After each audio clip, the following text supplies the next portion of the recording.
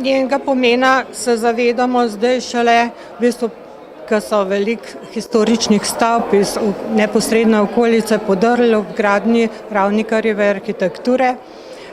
Je to ena najbolj monumentalnih historističnih stavb na Gorenjskem in ker pa je o sami inštituciji gimnazije že izredno kvalitetna monografija izpod peresa Valentina Pivka, smo se odločili ob najdbi te časovne kapsule ali spominske šatulje, ki smo jo našli med prenovo, smo se odločili, da prikažemo nekako razstavo z večjim poudarkom na sami stavbi.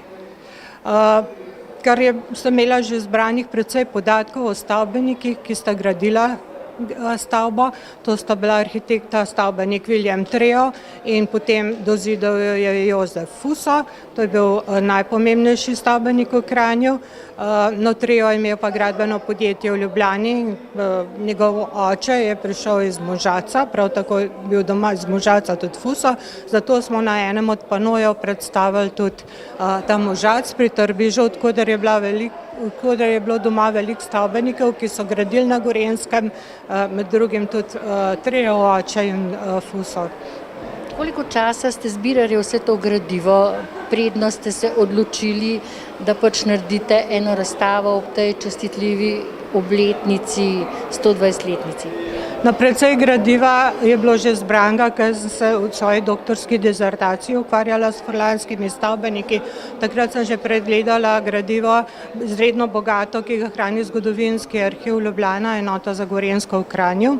In takrat sem videla, da je pač precej ohranjenih dokumentov o sami stavbi.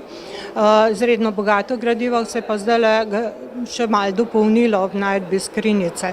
Tako da v bistvu veliko dela ni bilo, seveda je sodeloval tudi arhiv, ki je za nekaj časa posodil te dokumente. Na posodo pa smo iz Slovanske knjižnice dobili tudi spominsko knjigo Kranjske stavbinske družbe, Krajnische Baugesellschaft, ki je to stavbo v bistvu gradila. Namreč Viljem Treo je naredil načrte, gradila je pa stavbna družba, ki je med drugim, Treo je sodeloval pri gradnji Filharmonije, Realke, Narodnega muzeja, vrsto pomembnih stavb, javnih zgradb v Ljubljani, medtem ko je na Gorenjskem manj njegovih del. In kako je tale razstava razporejena, razdeljena, kako sledi? Ja, se pravi, na enem panoju smo predstavili furlanske stavbenike in Možac, od kjer so bili doma, na drugem panoju Viljema Trea in njegovo delo v Ljubljani. Potem na enem od panojev stavbenik, ki je dogradil gimnazijo, Fuso, na njem je že objavljen članek v Kranjskem zborniku. Potem je pa en pano posvečen tudi Kokrškemu predmestju, kjer je stavba gimnazije zrasla. Na posebnem panoju pa je predstavljena tudi vsebina te spominske šatulje ali časovne kapsule, ki je bila najdena ob prenovi notranjosti.